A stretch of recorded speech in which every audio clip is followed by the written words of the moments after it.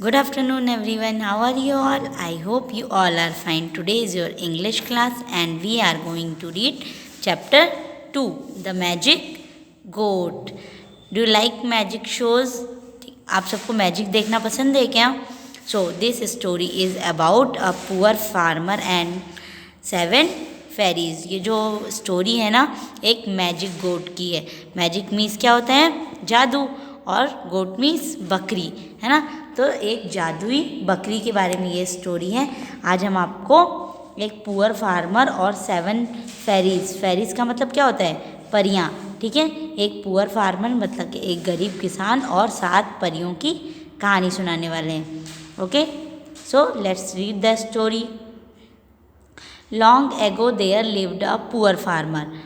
One day he left his house to go to the city to sell his grains. His wife baked 7 rotis for him.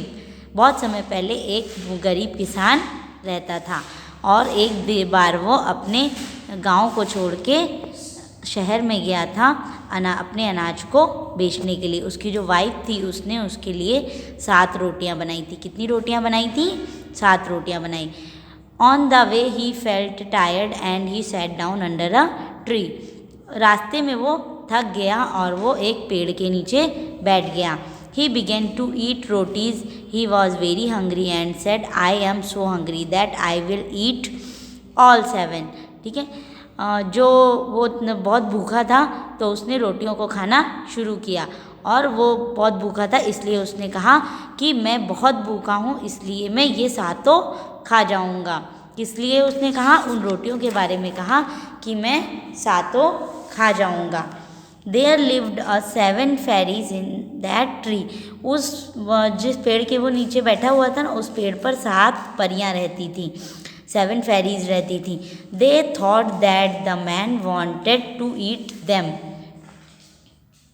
जो परियां थी, जब किसान ने ऐसा बोला कि मैं 7 खा जाऊंगा तो परियों को ऐसा लगा कि जो गरीब किसान है वो उन्हें खाने की बात कर रहा है. They cried, O kind man please don't eat us, in return we will give you a magic goat. वो चिल्लाई जोर से, ओ काइंड मैन, ओ दयालु आदमी तुम हमें मत खाओ, इसके बदले में हम तुम्हें एक मैजिक गोट देंगे. मतलब आप तुम्हें एक जादुई बकरी देंगे. The man realise that the fairy had misunderstood him. आदमी को लगा कि जो परियां हैं वो उसे गलत समझ रही. He promised not to eat them. उसने उन्हें ना खाने का वादा किया. The fairies gave him a magic goat. Whenever the goat ate food it dropped gold coins from its mouth. ठीक है. उसने उन्हें ना खाने का वादा किया और परियों ने उसे क्या दे दिया? परियों ने उन्हें एक मैजिक गोट दी. और जब भी वो बकरी खाना खाती थी तो वो मुंह से एक सोने का सिक्का निकालती थी. क्या जादू करती थी बकरी? बकरी जब भी खाना खाती थी तो उसके मुंह से एक गोल्ड कॉइन मतलब सोने का सिक्का निकलता था. While coming back home, the man stopped at his friend's house. He told his friend about the fairies and the goat. जब वो अपने घर वापस आ रहा था तो वो अपने फ्रेंड के हाउस में रुका और उसने अपने फ्रेंड को उस फेरीज और गोट के बारे में बताया. His friend was greedy. He thought, why not steal the goat? He replaced the goat with another ordinary goat. When the farmer reached his house, the goat dropped no gold coin from his mouth. उसका friend जो था वो बहुत ही लालची था. उसने सोचा कि क्यों ना इस गोट को चुरा लिया जाए. उसने उसकी मैजिक गोट को एक साधारण गोट से बदल दिया. और जब फार्मर जो गरीब किसान था वो घर पहुंचा तो उस गोल्ड बकरी के मुंह से कोई भी सोने का सिक्का नहीं निकला. The farmer wife said, the fairies have deceived you. The farmer went to the fairies and told them everything. The fairies understood who the cheat was. This time they gave him a magic rope and a magic stick. जो तब उसकी पत्नी उससे कहती हैं कि जो परियां हैं उन्होंने तुम्हें ज़रूर धोखा दिया हो गया.